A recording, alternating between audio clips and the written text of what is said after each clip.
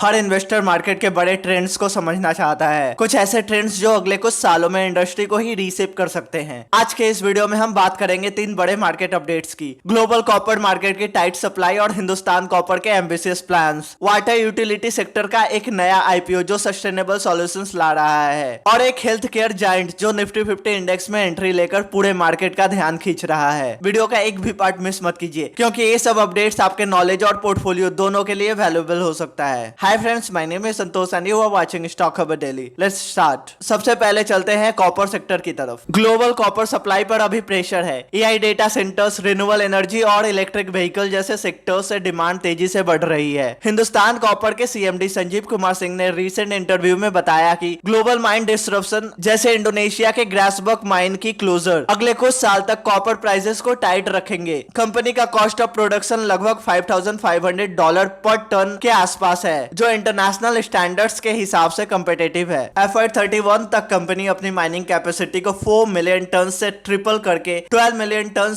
करने का टारगेट रखती है, और इसका मेजर जंप FY27 के बाद देखने को मिल सकता है, जब नए माइंस फुल कैपेसिटी पर आ जाएंगे। इस एक्सपेंशन के लिए लगभग 2000 करोड़ का कैपेक्स प्लान है, जो लार्जली इंटरनल अक्रूवल से फाइनेंस किया जाएगा। सिर्फ कॉपर ही नहीं, Hindustan copper rare earth minerals में भी अपॉर्चुनिटीज एक्सप्लोर कर रही है, जैसे ग्राफाइट, वेनेडियम और पोटास, और ऑयल इंडिया जैसे पीएसयूज के साथ एमओयूज साइन किए गए हैं। ये सब डेवलपमेंट्स इस बात को दिखाते हैं कि कॉपर मार्केट सिर्फ शॉर्ट टर्म डिमांड ही नहीं बल्कि लॉन्ग टर्म स्ट्रेटेजिक इंपॉर्टेंस भी रखता है। अगला अपडेट है वाटर यूटिलिटी सेक्टर से, जहां महाराष्ट्र वेस्ट विश्वराज एनवायरमेंट ने अपना ड्राफ्ट पेपर सेबी के पास फाइल किया है 2250 करोड़ तक रेज करने के लिए। इसमें से 1250 करोड़ फ्रेश इशू होगा और promoter entity premier financial services 1000 crore OFS के थ्रू ऑफर करेगी। कंपनी प्री आईपीओ राउंड में भी 250 करोड़ तक रेस कर सकती है। विश्वराज एनवायरमेंट का काम है वाटर यूटिलिटी और वेस्ट वाटर मैनेजमेंट, खास तौर पर ट्रीटेड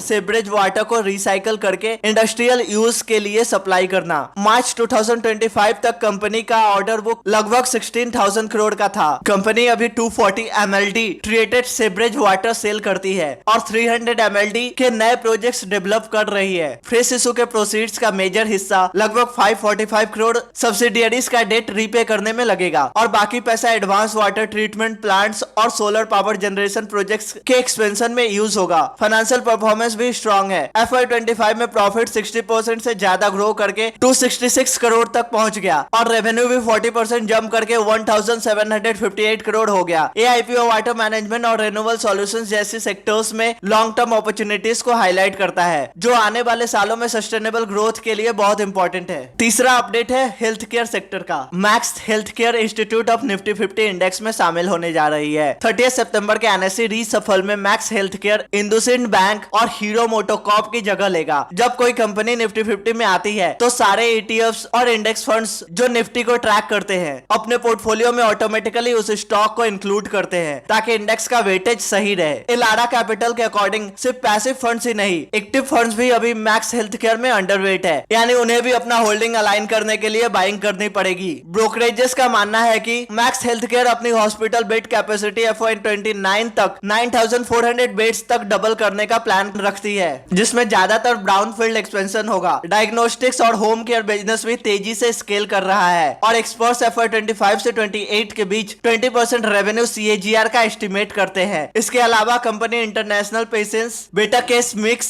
और एडवांस ऑन्कोलॉजी सर्विसेज जैसे सेगमेंट्स में अपना प्रेजेंस स्ट्रॉन्ग कर रही है। ये सब दिखाता है कि हेल्थ केयर सेक्टर में लॉन्ग टर्म डिमांड ड्राइवर्स कितने पावरफुल है। तो फ्रेंड्स, आज हमने देखा ग्लोबल कॉपर मार्केट की टाइट सप्लाई और हिंदुस्तान कॉपर के expansion plans, water utility sector का नया आईपीओ जो सस्टेनेबल ग्रोथ के लिए एक स्ट्रॉन्ग थीम है, और मैक्स हेल्थ केयर की निफ्टी 50 में एंट्री जो पैसिव और एक्टिव फंड्स दोनों के लिए इंपॉर्टेंट सिग्नल है। ये अपडेट्स मार्केट के उन सेक्टर्स को हाईलाइट करते हैं जहां अगले कुछ सालों में बड़े स्ट्रक्चरल चेंजेस आ सकते हैं। So that's it in this video. अगर वीडियो पसंद आया हो तो लाइक करें, शेयर करें, और ऐसे इन्फॉर्मेटिव कंटेंट के लिए सब्सक्राइब करें स्टॉक खबर डेली, और बेल आइकन दबाना ना भूले। मिलते हैं नेक्स्ट वीडियो में, तब तक के लिए bye bye, take care and happy investing.